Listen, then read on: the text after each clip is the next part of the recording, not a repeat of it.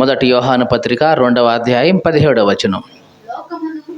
లోకమును దాని ఆశయు గతించిపోవచ్చున్నవి గాని దేవుని చిత్తాన్ని జరిగించేవాడు నిరంతరము నిలుచును. చాలా జాగ్రత్తగా విందాం.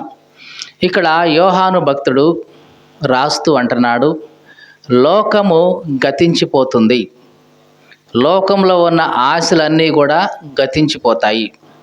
మరి గతించిపోకుండా ఉండేది ఏమిటి? నిరంతరము ఉండేది ఏమిటి అంటే, ఎవరైతే దేవుని చిత్తాన్ని జరిగిస్తారో వాళ్ళు నిరంతరము నిలుస్తారు. అంటే ఈ లోకంలో ఎన్నో ఉన్నాయి, వాటన్నిటినీ జరిగించేవాడు నిరంతరము నిలిచి ఉండడు. మీకు అర్థమైందా? లోకము అంటే ఏమంటాం? పై వచనాల్లో చదివితే, 16వ వచనంలో చదివితే, లోకములో ఉన్నదంతయు. ఇంకా పైనుంచి చూద్దాం, 15వ వచనం, 2వ అధ్యాయం 15వ వచనం. ఈ లోకమునైనను లోకములో ఉన్న వాటినైనను ప్రేమించొద్దు. చూడండి, దేవుడు ఏం చెప్తున్నాడు స్పష్టంగా, ఈ లోకాన్ని కానీ ఈ లోకంలో ఉన్న వాటిని కానీ ప్రేమించొద్దు. సహజంగా మానవుని యొక్క మనసు ఎట్లా ఉంటుందంటే, ఏదైతే వద్దు అని దేవుడు చెప్తాడో అదే చేయడానికి ముందు రెడీ అవుతూ ఉంటాడు. చేస్తే ఏమవుద్దో చూద్దాం. ఇంతగా ఈయన ఎందుకు వద్దంటున్నాడు అంటే, దీంట్లో ఏదో ఉంది, దీంట్లో ఏదో ఉంది, నాకు ఉపయోగపడేది ఉంది. నేను బాగుపడటం ఈయనకి ఇష్టం లేక, నేను అభివృద్ధి పొందటం ఇష్టం లేక ఈయన దాన్ని చేయొద్దు అంటున్నాడు. ఇందుట్లో ఏదో ఉంది అని మనిషి వెంటనే ఏదైతే వద్దు అంటాడో దానివైపే తన హృదయం తొందరగా వెళ్ళిపోతూ ఉంటుంది. ఇది అవ్వ యొక్క మనసు. ఒకప్పుడు ఆదాము అవ్వలతో దేవుడు చెప్పాడు, నాయనా, ఈ తోటలో ఉన్న వృక్షఫలాలన్నీ కూడా నువ్వు నిరభ్యంతరంగా తినొచ్చు, కానీ ఆ మధ్యలో ఉంది చూసావు, ఆ చెట్టు జోలికి వెళ్ళకండి, అవి తిన్న ఆ రోజున మీరు చచ్చిపోతారు అని దేవుడు చెప్తే, ఈ లోపల కొంతకాలం బాగానే నమ్మారు, బాగానే ఉంది, దేవుడికి విశ్వసించారు, దేవుడి మాట ప్రకారమే చేయాలి. దాదాపుగా 100 సంవత్సరాలు అట్లాగే చేశారు. కానీ ఒకానొక సమయంలో అపవాది వచ్చాడు సర్పరూపంలో, అవ్వతో మాటలు కలిపాడు, స్నేహం కలిసింది.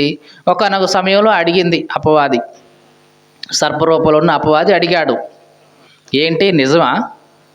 అన్ని తోట చెట్ల ఫలాల్లో ఏది తినకూడదు అన్నాడట్టుగా దేవుడు. అంటే అట్లా ఎందుకు చెప్పాడు దేవుడు? అట్లా చెప్పలా, అన్నీ తినొచ్చు అన్నాడు. కానీ అదిగో మధ్యలో ఒక చెట్టు ఉంది కదా, జీవవృక్ష ఫలాన్ని ఇచ్చే చెట్టు, దాన్ని మాత్రం తినొద్దు అన్నాడు, దాన్ని ముట్టుకోవద్దు అన్నాడు. అనగానే అపవాది చిన్నగా మొదలేసింది విషాన్ని చిమ్మడం. ఏంటి, అన్నీ తినమని చెప్పి ఇదొక్కటి వద్దన్నాడా? ఆలోచించువా నువ్వు? ఎందుకో ఆ మాత్రమైన ఆలోచన లేదా నీకు? ఎన్ని తినమన్న దేవుడు చెప్పిన దేవుడు ఈ ఒక్కదాన్ని ఎందుకు వద్దన్నాడు? ఇది తింటే మీరు దేవదూతలాగా ఉంటారు, ఇది తింటే మీ కళ్ళు తెరవబడతాయి, మీకు వివేకం వస్తుంది, జ్ఞానం వస్తుంది, అందుకే దేవుడు వద్దన్నాడు. మీరు దేవదూతలాగా ఉండటం ఆయనకి ఇష్టం లేదు, మీ కళ్ళు తెరవబడటం ఆయనకి ఇష్టం లేదు, మీకు వివేకం రావడం ఆయనకి ఇష్టం లేదు, మీకు జ్ఞానం రావడం ఆయనకి ఇష్టం లేదు. ఎల్లప్పుడూ ఆయన చెప్పు చేతల కిందే మీరు ఉండాలి. అందుకు తెలిసిందా? మరి ఎట్లాగే ఉంటావా? మరి దేవదూతలాగా మారవా?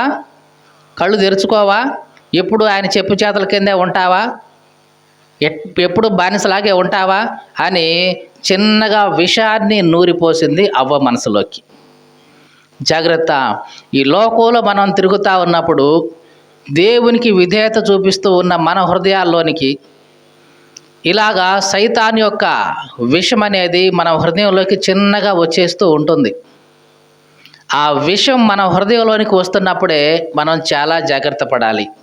ఈ మాటలు నన్ను దేవుని సన్నిధి నుంచి పక్కకు తొలగిస్తున్నాయి కదా, ఈ మాటలు నన్ను దేవునికి వ్యతిరేకంగా చేసేలాగా ఉన్నాయి కదా, ఈ మాటలు నన్ను దేవుని నుంచి దూరం చేస్తాయి కదా, కాబట్టి ఇవి నమ్మకూడదు, ఇవి అపవాది మాటలు అని వెంటనే మనకు గుర్తుకు రావాలి. ఏం చేయాలి? వెంటనే మనకు గుర్తుకొచ్చి మొట్టమొదట యేసు ప్రభు ఏమైతే అన్నాడో అపవాదితో, సైతానా నా వెనుకకు వెళ్ళు అన్నాడా లేదా?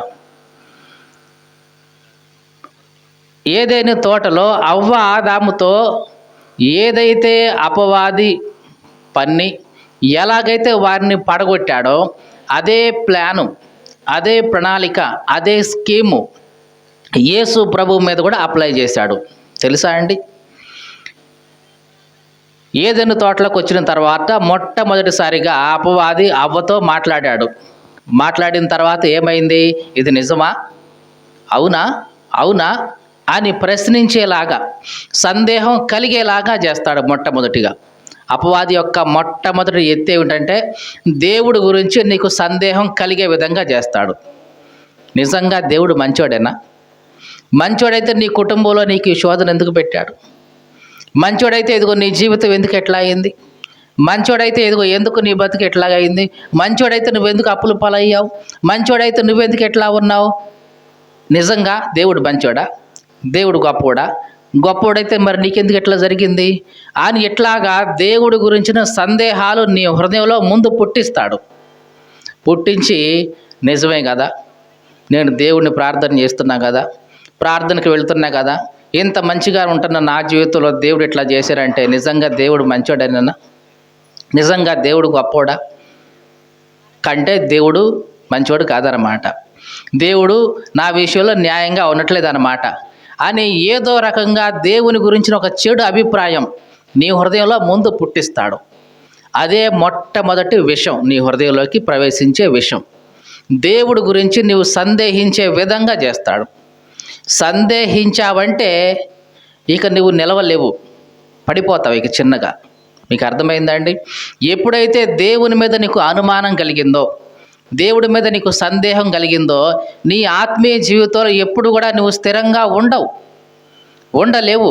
చిన్నగా మునిగిపోతావు లోకంలో. తెలుసా అండి?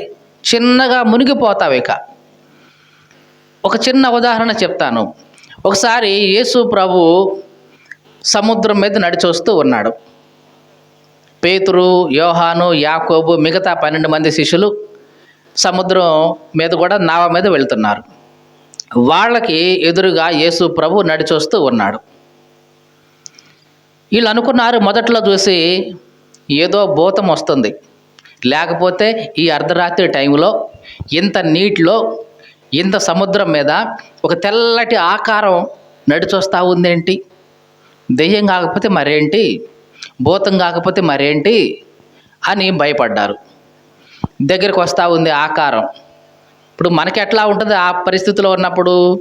నీవు కానీ నడి సముద్రంలో నావలో వెళ్తున్నప్పుడు ఎదురుగా తెల్ల ఆకారం నీళ్ళ మీద నడిచి వస్తూ ఉంటే నీకు ఎట్లా కనిపిస్తుంది? మనకి కూడా భయపడతాం, ఏదో మొత్తానికి ఏదో భూతమో దెయ్యమో వస్తుందని. వీళ్ళు మొదట్లో అట్లాగే భయపడ్డారు. భయపడినప్పుడు యేసు ప్రభు దగ్గర దాకా వచ్చినప్పుడు నేనే, భయపడమాకండి అని ధైర్యం చెప్పాడు. అంటే వస్తుంది ఎవరో కాదు, యేసు ప్రభువే అని అందరికీ అర్థమైంది. నావలో ఉన్న అందరికీ అర్థమైంది. వీళ్ళల్లో పేతురు ధైర్యం చేసి, ప్రభువా నువ్వేనా? అవును నేనే. నువ్వే అయితే గనక నేను కూడా నీలాగే నీటి మీద నడుస్తా. ఏమన్నాడు? నేను కూడా నీలాగే నీటి మీద నడుస్తా, నాకు కూడా పర్మిషన్ ఇయ్యి, నాకు కూడా సెలవు ఇయ్యి అన్నాడు. యేసు ప్రభు సరే వచ్చేయి అన్నాడు. చాలా జాగ్రత్తగా గమనించండి. పేతురు ఎప్పుడైతే యేసు ప్రభు రా అన్నాడో వెంటనే దోణి దిగి కాలు నీటి మీద పెట్టాడు. కాలు నీటి మీద పెట్టినప్పుడు కాలు ఏమవ్వాలి? చిన్నగా మునిగిపోవాలి. కానీ మునిగిపోలా, ధైర్యం వచ్చేసింది. రెండవ కాలు తీసి మళ్ళీ నీళ్ళ మీద పెట్టేశాడు, అది కూడా మునిగిపోలా, నేల మీద పెట్టినట్టే ఉంది, ఇంకా ధైర్యం వచ్చేసింది. ఇక ఎప్పుడైతే ఈ 2 కాళ్ళు నేల మీద నిలబడ్డాయో పేతురుకు ధైర్యం వచ్చేసింది. ఒక్కొక్క అడుగు యేసు ప్రభువును చూస్తూ అడిగేశాడు. ఇప్పుడు జాగ్రత్తగా చూడండి. ఎదురుగా యేసు ప్రభు వస్తున్నాడు. యేసు ప్రభువును చూస్తూ పేతురు వెళ్తున్నాడు. యేసు ప్రభు నీళ్ల మీద నడుస్తూ ఉన్నాడు. అదే సమయంలో పేతురు కూడా, వింటున్నారు కదా, పేతురు కూడా యేసు ప్రభువులాగే నీళ్ల మీద నడుస్తూ ఉన్నాడు. సముద్రం మీద నడుస్తూ ఉన్నాడు. కొద్ది సమయం గడిచింది. ఎంత సమయం గడిచిందో తెలియదు. 2 అడుగులు లేచాడా, 3 అడుగులు లేచాడా, 4 అడుగులు లేచాడా, 10 అడుగులు లేచాడో తెలియదు. మొత్తానికి కొంత సమయం తర్వాత ఆ చుట్టూ ఉన్న గాలిని చూశాడు పేతురు. అప్పటిదాకా ఎవరిని చూస్తూ పోయాడు? ఎదురుగా వస్తున్న యేసు ప్రభువునే చూసుకుంటూ అడుగు వేస్తున్నాడు. ఎప్పుడైతే యేసు ప్రభు మీద కాకుండా తన దృష్టి గాలి మీదకి మళ్ళిందో, అల్ల మీదకి మళ్ళిందో, వెంటనే తనలో సందేహం వచ్చేసింది. మునిగిపోతానేమో అనే భయం వచ్చేసింది. ఎప్పుడైతే తనలో సందేహం వచ్చిందో, అవిశ్వాసం వచ్చిందో, చిన్నగా మునిగిపోవటం ప్రారంభించాడు. మీకు అర్థమైందండి? ఎప్పుడైతే నీ దృష్టి దేవుని మీద కాకుండా నీ పక్క వాటి మీదకి మళ్ళుతుందో, చుట్టూ ఉన్న గాలి మీదకి, చుట్టూ ఉన్న అలల మీదకి, చుట్టూ హోరు గాలి మీదకి, సముద్రం మీద వీస్తున్న గాలి మీదకి నీ మనసు ఎప్పుడైతే మళ్ళుతుందో, నీ దృష్టి ఎప్పుడైతే మళ్ళుతుందో, వెంటనే నీ జీవితంలో అవిశ్వాసం ప్రారంభమవుతుంది. జాగ్రత్త. ఈ మాటలు వింటున్న ప్రియ సహోదరి సహోదరుడా, నీ జీవితంలో మునిగిపోకుండా ఉండాలంటే, ఏమంటున్నాం? మునిగిపోకుండా ఉండాలంటే దేవుణ్ణి మాత్రమే చూస్తూ నడు. మనుషులను చూడొద్దు. మనుషులను చూస్తే నువ్వు మునిగిపోతావు, జాగ్రత్త. చుట్టూ ఉన్న పరిస్థితులను చూస్తే మునిగిపోతావు, జాగ్రత్త. మిగతా వాటన్నిటి మీదకి నీ దృష్టి పోనివద్దు. నీ దృష్టి, నీ మనసు ఎప్పుడు ఎట్లుండాలి? ఎదురుగా ఉన్న యేసు మీదనే ఉండాలి. దాని కాకుండా పక్కకు మళ్ళించావా, చిన్నగా మునిగిపోతావు. పేతురు మునిగిపోవటం ప్రారంభించాడు. అలా మునిగిపోతూ ప్రార్థన చేశాడు. దేవా, నేను మునిగిపోతున్నాను, ఆయన రక్షించుడైనా రక్షించాయన చేతులు పైకెత్తాడు. ప్రభు చేయి పట్టుకొని పైకి లేపి ఒక మాట అన్నాడు. ఏమిటంటే, అల్ప విశ్వాసి, ఎందుకు సందేహపడ్డావు? అంటే పేతురు మునిగిపోవడానికి నిజమైన కారణం ఏంటి? సందేహం వచ్చిందన్నమాట. విశ్వాసంలో అల్ప స్థాయిలోకి వెళ్ళిపోయాడు అన్నమాట. అంటే నేను మునిగిపోతానేమో, ఎదురుగా యేసు ప్రభు వస్తే ఏంటి, నేను సముద్రంలో మునిగిపోతానేమో అనే ఒక భయం, ఒక సందేహం, అనుమానం తనలో వచ్చేసింది. ఎప్పుడైతే తన జీవితంలో దేవుడి మీద అనుమానం మొదలైందో, చిన్నగా మునిగిపోయాడు. జాగ్రత్త. ఈ మాటలు వింటున్న ప్రియ సహోదరి సహోదరుడా, ఆత్మీయ జీవితంలో ముందుకెళ్తున్నావా? చక్కగా ముందుకు నడుస్తున్నావా? అలాగే వెళ్ళు. మనుషుల వైపు చూడొద్దు. మనుషుల మాటలు వినొద్దు. అపవాదిలాగా చెప్తాడు. అవ్వకు చెప్పినట్లుగా అపవాది ఎన్నో మనుషుల ద్వారా చెప్తుంటాడు. వాళ్ళు నీ బంధువులు కావచ్చు, స్నేహితులు కావచ్చు, ఎవరో ఒకళ్ళ ద్వారా నీలో సందేహం కలిగే విధంగా చేస్తాడు. చేసి చిన్నగా నిన్ను దించుతాడు లోకంలోనికి. ఈ లోకమనే సముద్రంలోకి చిన్నగా దించుతాడు. మునిగిపోతావు, జాగ్రత్త. కానీ ఎప్పుడైతే నీ జీవితంలో యేసు వైపు మాత్రమే చూసావో, దేవుని వైపు మాత్రమే చూసావో, నీ జీవితంలో ఎప్పుడు కూడా మునిగిపోవు. ఏ విషయంలో కూడా మునిగిపోవు. కుటుంబ జీవితంలో మునిగిపోవు, ఆరోగ్య విషయంలో మునిగిపోవు, ఆర్థికంగా మునిగిపోవు, అప్పుల బాధల్లో మునిగిపోవు, శోధనలో మునిగిపోవు, కష్టాల్లో మునిగిపోవు, నష్టాల్లో మునిగిపోవు, నిరాశల్లో మునిగిపోవు. ఎందుకంటే వాటికి పైగా నీవు నడుస్తావు. ఎందుకు నడుస్తావు? ఈ దేవుని వైపే చూస్తున్నావు కాబట్టి. దేవునికి స్తోత్రం కలుగునుగాక. హల్లెలూయా. ఒకవేళ మునిగిపోతున్నావు, దేవుని పట్ల సందేహం కలిగింది, విశ్వాసంలో దిగజారిపోయావు, మునిగిపోతున్నావు, మరి ఏంటి పరిస్థితి?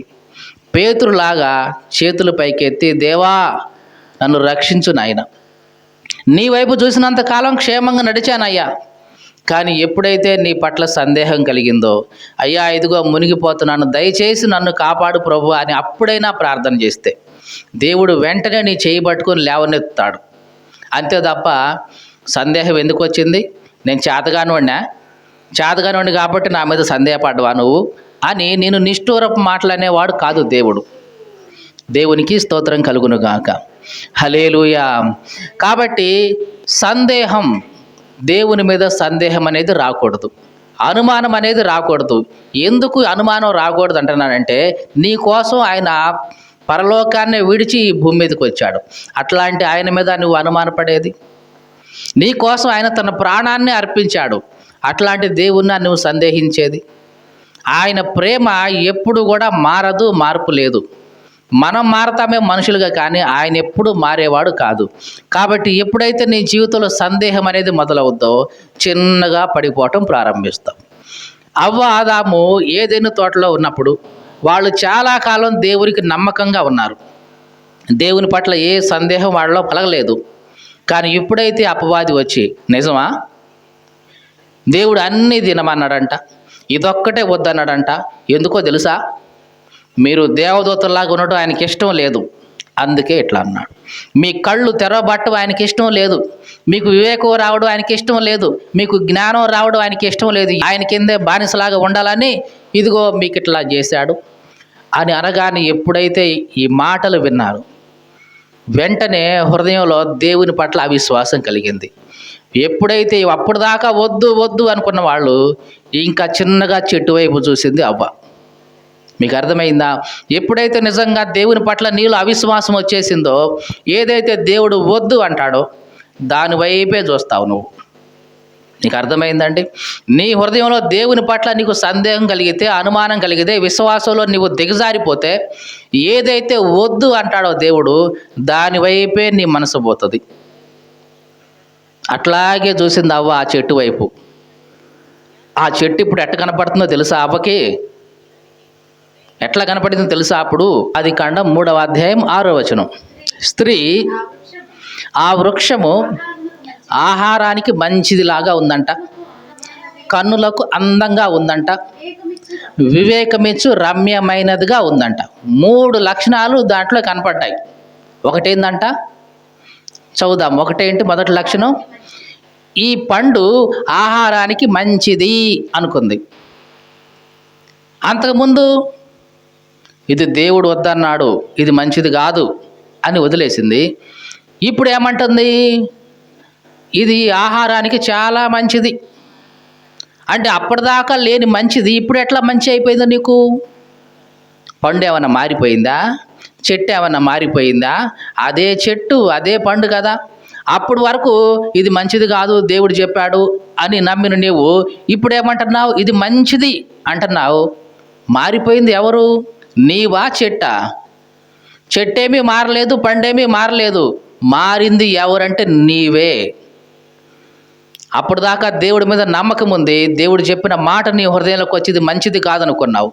ఎప్పుడైతే అవిశ్వాసం వచ్చేసిందో, దేవుడు ఏదైతే వద్దు అన్నాడో అదే నీకు మంచిదిగా కనబడుతుంది. చాలామంది లోకంలో ఇట్లాగే ఉన్నారండి. దేవుడు ఏదైతే వద్దు అంటాడో అదే మనకు మంచిదిగా కనబడుతుంది.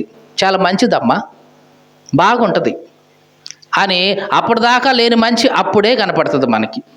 ఎట్లా కనపడిందంటే ఆ చెట్టు కనులకు అందంగా ఉందంట, ఆహారానికి మంచిదిగా ఉందంట, కంటికి అందంగా కనపడుతుందంట. మరి అంతకాలం కనపడలేదు అందంగా అది. నీకు అర్థమైందా?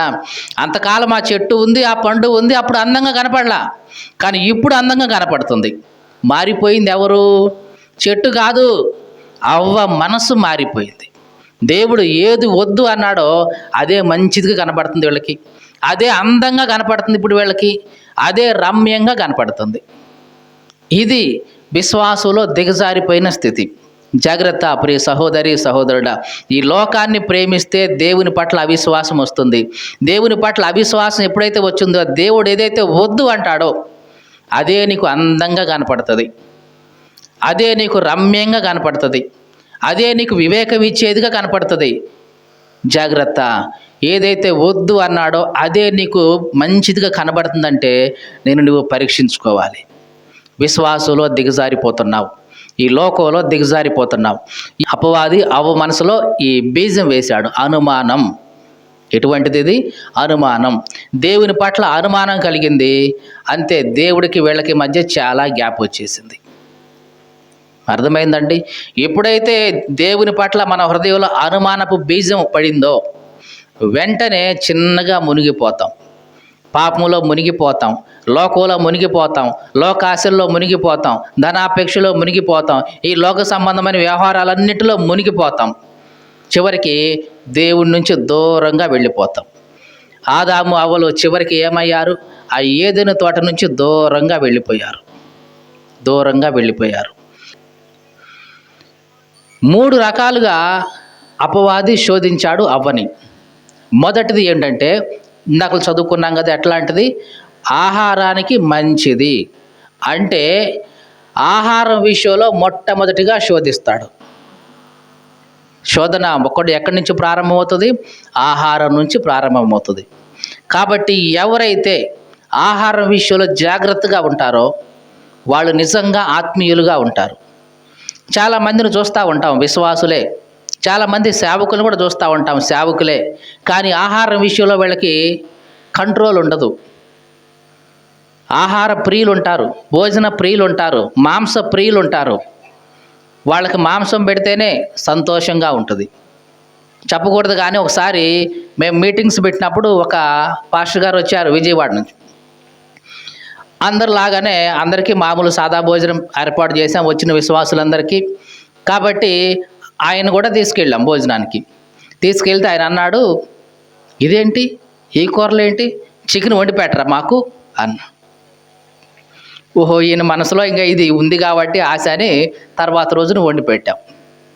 కానీ ఎట్లా ఉంటుందంటే వాళ్ళ హృదయంలో ఒక ఆశ ఉంటుంది. కాబట్టి క్రైస్తవుడిగా, దేవుని బిడ్డగా ఆహారం విషయంలో నువ్వు జాగ్రత్త పడాలి. నువ్వు తిన్నా ఎక్కువేమీ లేదు, తినకపోయినందువల్ల తక్కువేమీ లేదు. కానీ నీ తిండి అలవాటు అనేది ఎదుటి వాళ్ళ మీద చెడ్డ అభిప్రాయం కలిగించకూడదు. వీళ్ళు దేవుని సేవకులండి, వీళ్ళు తిండిపోతాళ్ళండి, క్రైస్తవులండి తిండిపోతాళ్ళండి, వీళ్ళు అన్నం ఉంటే ప్రార్థనకు వస్తారండి లేకపోతే రారండి, భోజనాలు ఉంటేనే ప్రార్థనకు వస్తారండి లేకపోతే రారండి. ఇట్లాగా అనిపించుకోకూడదు. ఇట్లాగా అనిపించుకుంటే నిజంగా నువ్వు దేవుని బిడ్డవు కాదు. కాబట్టి భోజన విషయంలో జాగ్రత్తగా ఉండాలి. తరువాత రెండవ శోధన ఏమి కలిగింది అవ్వకి? ఆహారానికి మంచిదిగా ఉంది ఆ చెట్టు, కనులకి ఎట్లా ఉందంట? రమ్యమైనదిగా, అందంగా ఉంది. అంటే మొట్టమొదటిది శరీరాశ, తరువాత నేత్రాశ. శరీరాశ అంటే తిండి, ఏమి ధరించుకోవాలి, ఏమి తాగాలి, ఏమి తినాలి, వీటి మీద ఆశ. దీన్ని నువ్వు కంట్రోల్ చేసుకున్నావు దేవుని దయ వల్ల. ఆహారం ఉన్నా లేకపోయినా సర్దుకోవటం నీకు అలవాటు అయిపోయింది, దాని గురించి పెద్దవి పట్టించుకోలేదు నువ్వు. తర్వాత నీకు శోధన ఎక్కడి నుంచి ప్రారంభమవుతుందంటే అపవాది నుంచి. రెండవది ఏం ప్రారంభించాడు? కన్నులకు అందంగా కనపడాలి అంటే నేత్రాశ. కంటికి అందంగా కనపడాలి, నేను మంచి బట్టలు వేసుకుని అందంగా కనపడాలి. పండుగ వస్తే మనకి ఇది కలుగుతుంది ఆశ, అందరికంటే మంచి బట్టలు వేసుకుని అందరికంటే బాగా కనపడాలి. చూడంగానే భలే ఉందమ్మా నీకు ఈ చీర, భలే ఉందమ్మా నీకు ఈ డ్రెస్సు అని అంటే కనుక మనం సంతోషంగా ఉంటాం కదా. కాబట్టి మనుషులకు మనం అందంగా కనపడాలి, మన గురించి నలుగురు మాట్లాడుకోవాలి అని ఇట్లాంటి ఒక ఆశ ఉంది చూసావా? నేత్రాశ. ఏదైతే కనిపించిందో అది నాకు కావాలి అని కోరుకోవటం, కనిపించిన ప్రతి వస్తువు నాకు కావాలని కోరుకోవడం ముందే నేత్రాశ. దీని నుంచి కూడా క్రైస్తవుడిగా, దేవుని బిడ్డగా నువ్వు బయటపడాలి. ఇదంతా బయటపడిన తర్వాత ఇంకొకటి ఉంటుంది, శరీరాశ, నేత్రాశ, జీవపు డంబం. ఇది కూడా దేవుడు అపవాది నీ మీద ప్రయోగిస్తాడు. జీవపు డంబం అంటే నీ గురించి 10 మంది చెప్పుకోవాలి గొప్పగా, నీ గురించి 10 మంది పేరుగా మంచిగా మాట్లాడుకోవాలి. అలా మాట్లాడుకుంటే నువ్వు సంతోషపడతావు. దేవుడు కాదు నీ గురించి గొప్పగా చెప్పుకోవాల్సింది, మనుషులు చెప్పుకోవాలి. ఇది జీవపు డంబం. కాబట్టి ఈ మూడిటి విషయంలో ప్రతి వ్యక్తిని అపవాది శోధిస్తాడు, జాగ్రత్త. ఈ మాటలు వింటున్న ప్రియ సహోదరి సహోదరుడా, ఈ మూడిటిని అపవాది నీ మీద ప్రయోగిస్తాడు. మొట్టమొదటిగా ఆహారం విషయంలో ప్రయోగిస్తాడు. నువ్వు మంచి మాంసాన్ని ప్రేమించేవాడిగా చేస్తాడు. చికెన్ బిర్యానీ ఉంటేనే భోజనం చేస్తా లేకపోతే లేదనే వాళ్ళు ఉంటారు. ఇట్లాగా భోజనాన్ని ప్రేమిస్తున్నావు అంటే నువ్వు మొట్టమొదటి దగ్గరే పడిపోయావు అన్నమాట. లేదు భోజనం ఉన్నా లేకపోయినా ఏమి అవసరం లేదనుకున్నావు. తర్వాత శరీరాశ, తర్వాత నేత్రాశ. కంటికి మంచిగా కనపడాలి, మంచిగా సూటు బూటు వేసుకొని టిక్ టాక్ కనపడాలి, కనపడితే మనుషులు భలే ఉన్నాడు ఇతను అని అనుకోవాలి నీ గురించి. చూడగానే నీ మీద అట్రాక్షన్ రావాలి, నీకు ఒక ఆకర్షణ రావాలి నీలోకి. నిన్ను చూసిన వాళ్ళు నీ వైపు అట్లాగా కాసేపు చూస్తూ ఉండాలి అని అనుకుంటావే, నేత్రాశ. దీన్ని కూడా నీవు అధిగమించావా? జీవపు డంబం. నీ గురించి నలుగురు గొప్పగా చెప్పుకోవాలి, నలుగురు మంచిగా మాట్లాడుకోవాలి. నా గురించి ఏమనుకుంటున్నారు? మంచోడు అంటున్నారండి, బాగా చెప్తున్నాడు అంటున్నారండి అని 10 మంది నువ్వు చెప్పుకోవాలి. అలా చెప్పుకుంటే నీకు సాటిస్ఫాక్షన్. ఎట్లా ఉంటుంది? జీవపు డంబం. ఎప్పుడైతే నువ్వు వీటన్నిటి నుంచి బయటపడతావో నిజంగా ఒక మంచి క్రైస్తవుడిగా, దేవుని బిడ్డగా, ఆత్మ సంబంధమైన వ్యక్తిగా నువ్వు జీవిస్తావు. లేకుంటే ఈ మూడిట్లో ఏదో ఒక దాంట్లో పడిపోయావా, నీ జీవితాంతం అపవాది లాగుతూనే ఉంటాడు నిన్ను. కాబట్టి ఈ లోకం కానీ, ఈ లోకంలో ఉన్న ఆశ కానీ ఇవన్నీ గతించిపోయాయండి. అదే యోహాను భక్తుడు చెప్తున్నాడు, ఈ లోకాన్ని కానీ, లోకంలో ఉన్న వాటిని కానీ ప్రేమించొద్దు. ఎందుకంటే లోకం కానీ, లోకంలో ఉన్న ఆశ అన్నీ కూడా గతించిపోతాయి. మరి స్థిరంగా ఉండేదేంటి? ఎవరైతే దేవుని చిత్తాన్ని చేస్తారో, ఎవరైతే దేవుని ఇష్టాన్ని జరిగిస్తారో వాళ్ళు మాత్రం స్థిరంగా ఉంటారు. ఈ భూమి మీద స్థిరంగా ఉంటారు. ఈ భూమి మీద చనిపోయిన తర్వాత కూడా పరలోకంలో కూడా స్థిరంగా ఉంటారు. ఈ మాటలు వింటున్న ప్రియ సహోదరి, సహోదరుడా, నీవు నిరంతరం జీవించాలి అంటే, స్థిరంగా ఉండాలి అనుకుంటే ఈ లోకాన్ని ప్రేమించొద్దు, ఈ లోకంలో ఉన్న వాటిని ప్రేమించొద్దు. దేవుని చిత్తాన్ని మాత్రమే జరిగించు. ఏం జరిగించాలి? దేవుని చిత్తాన్ని మాత్రమే జరిగించు. దేవునికి ఏది ఇష్టమైనది అని ఆలోచించు. ఇదిగో ఎట్లా ఉండడం దేవునికి ఇష్టము అని అనిపిస్తే అట్లాగా ఉండు. ఇలాగ చేస్తే దేవునికి ఇష్టం లేదని ఎప్పుడైతే నీ హృదయంలో ఆలోచన వచ్చిందో వెంటనే దాని నుంచి బయటపడు. అలాగ చేయగలిగితే నువ్వు నిరంతరము జీవిస్తావు, నిరంతరం జీవిస్తావు. అంటే ఈ భూమి మీద ఎట్లాగో చనిపోతాం, నీవైనా నేవైనా ఎవరైనా చనిపోవాల్సిందే. చనిపోయిన తర్వాత నీ ఆత్మ నిత్యత్వంలో నిరంతరము ఉంటుంది, సంతోషభరితంగా ఉంటుంది. ఇది దేవుడు నీకు ఇవ్వాలని ఆశ చూపుతూ ఉన్నాడు.